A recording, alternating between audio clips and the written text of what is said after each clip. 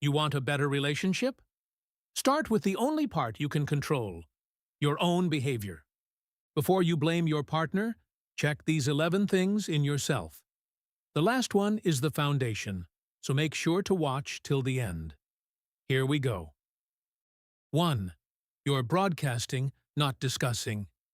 You state your position and wait for them to agree with it. That's not a conversation.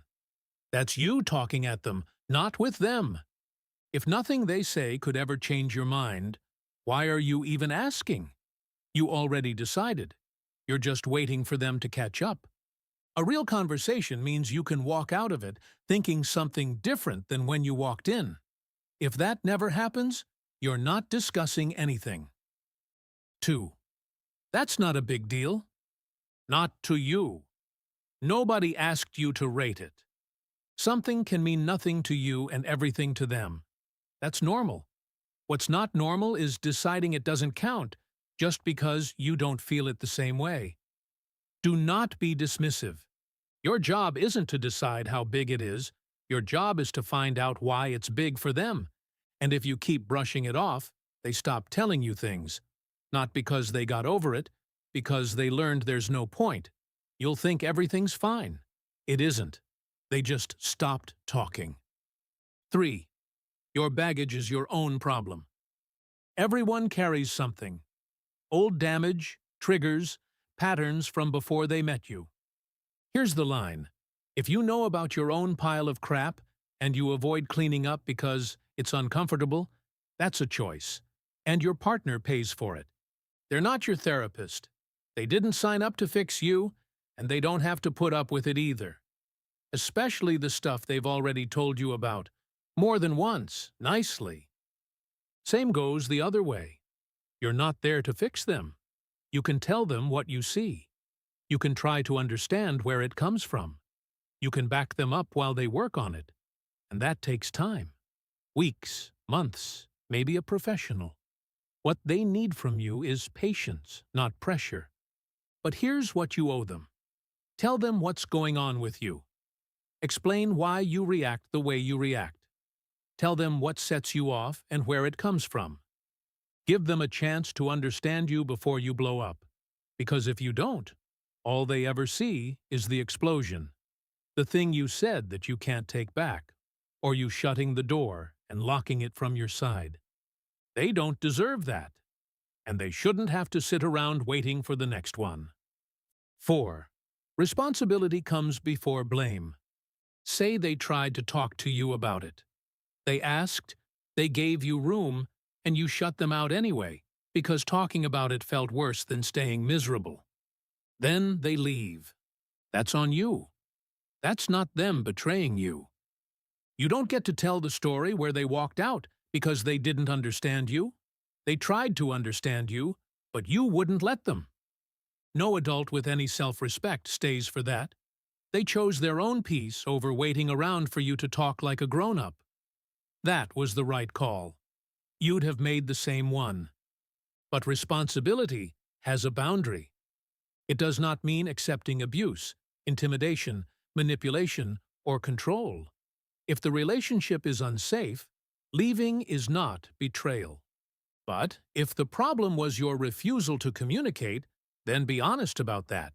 You can explain your behavior without excusing it. If you're still here, you probably care more about fixing your part than scoring your partner. Congrats! That's the grown-up way. Subscribe if you get any value from this. It takes 2 seconds, and it helps this channel grow. 5. Split the responsibilities out loud. Sit down and actually name who handles what. Out loud, not by assumption. Because when you don't, one person ends up doing everything while the other one just has opinions about how it's done. You don't get to expect them to carry their end while you drop yours. That makes you a hypocrite. Just don't. 6. Keep your word. You said you'd handle it. You didn't. Small thing, right? It's never the size of the thing. It's the count. This is the fastest way to kill trust that exists. Faster than a fight. Faster than a bad week. Every broken promise teaches them the same lesson. What you say has nothing to do with what happens next. Once they've learned that, they stop believing you on the big things too. And you earned that. Say it, do it, or don't say it. Think about the consequences. 7. Know your role this week. Roles rotate. Nobody carries the same load forever. Some stretches you're the main character. You make the calls, you take the weight. You're the one holding it together. Other stretches you're support. They lead, they push. You have their back, and you stay out of the way. A rough patch at their work, something with their family, a health scare. That's when this decides everything. So ask, what's my role right now? What do you actually need from me? 2 questions. Most people never ask them, and then wonder why they were useless during the worst month of somebody's life. 8. Repair beats avoiding conflict. Everybody fights. That's not the problem. What matters is what you do after. Children fight, and then they go quiet. They avoid each other. They block, they sulk, they wait for the other one to break first.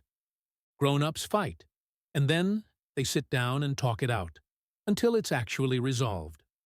One way or another. That's the difference. Not whether you argue, but what you do in the hours after. Because a fight you never finish doesn't disappear. It sits there and rots.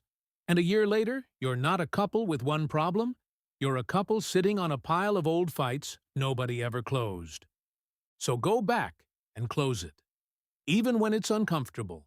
Especially when it's uncomfortable. Say, here's what I heard. Here's where I was wrong. Here's what I'll do differently next time. Not every disagreement ends with complete agreement, but every serious disagreement needs honesty, clarity, and a real attempt to repair the damage. 9. Their effort stopped registering. At some point, what they do for you stopped being something they do and became the baseline, just what you're owed. Think about the small repeated thing. The coffee that's already made when you wake up. The dishes done without being asked.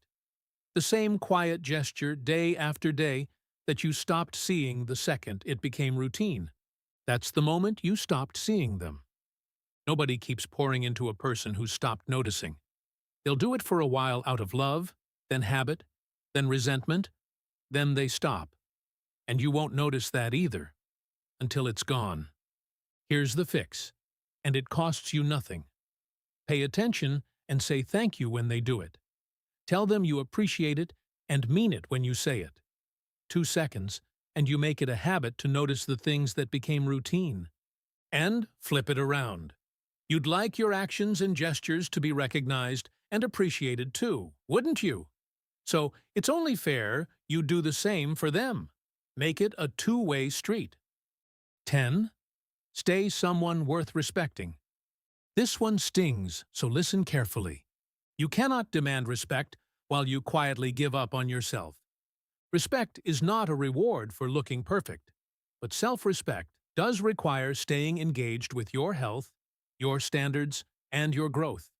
You let the standards go. You stopped growing. You became a person you wouldn't have picked. And you're still expecting them to look at you the way they did on day 1. Look at the basic self-care you dropped the second you felt secure. And look deeper than that, too. You stopped pushing at your craft. You stopped learning. You stopped growing into someone you respect. And you're still expecting them to look up to you. Respect is not a one-time thing. You don't earn it once on day 1 and keep it forever. You maintain it, or you lose it. And if you're not earning it anymore, you don't have the right to demand it. The next point isn't about chores, arguments, or effort. It's about whether your partner ever got the real version of you. Number 11. Be honest about who you are. Here it is, the one everything else sits on. Your intentions, what you believe, and what you actually want your life to look like. Most people don't lie about this. They do something worse. They blur it instead. They mirror whoever's in front of them and agree with whatever's in the room so they get through the door, then hold that face up as long as they can manage. That's not a relationship move. That's a one-night stand move.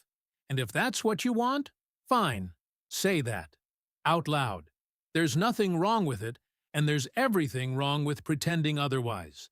But if you're going to play the part of a partner, then you have to talk about the real things. Early.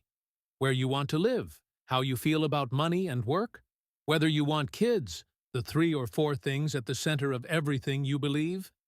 Have that conversation in month 1 or month 2, not month 26. Not after you've built a life on a version of you that doesn't exist. Because you can't hold a mask up for years. Nobody can. It slips, and what's underneath it is a stranger they never agreed to. And if there's a mismatch, good. Now you know. That's a clean ending instead of a slow one. If one of your beliefs is half-built because you're still young and you can see the pattern it keeps causing, fine. It'll change with time. But right now, be honest about where you actually stand today. Say who you are, or you're just a liar with better manners. And if you can't say it because you're scared of how they'll take it, then what are you even doing? That's not love. You're not looking for a partner, and you're not being one. It's destined to fail. That's it, guys. 11 points. Go through them with honesty. Not to score your partner, to check yourself. Maybe you're solid on 10 of them, and there's one you've been overlooking, or 2. That's the point of running the list. You find the gap you couldn't see before. And look, making a mistake isn't the problem. Everybody's been the one broadcasting instead of listening. Everybody's broken a promise or stopped noticing what the other person does. The only real problem is knowing about it and doing nothing. So take whatever caught you today and be better with it tomorrow. In this relationship or the next one, it doesn't matter. Do it because it's exactly what you'd want coming back at you from the other side. Don't announce the change, don't make a speech about it. Just do it consistently until the other person can feel the difference. It's a two-way street, and a street doesn't stay clean on its own. You keep it that way. You maintain it. That's what holds up over the years, and that's the whole job. So in the comments, which one did you not even know was on you until right now? Drop the number, then change one behavior tomorrow. See you in the next one.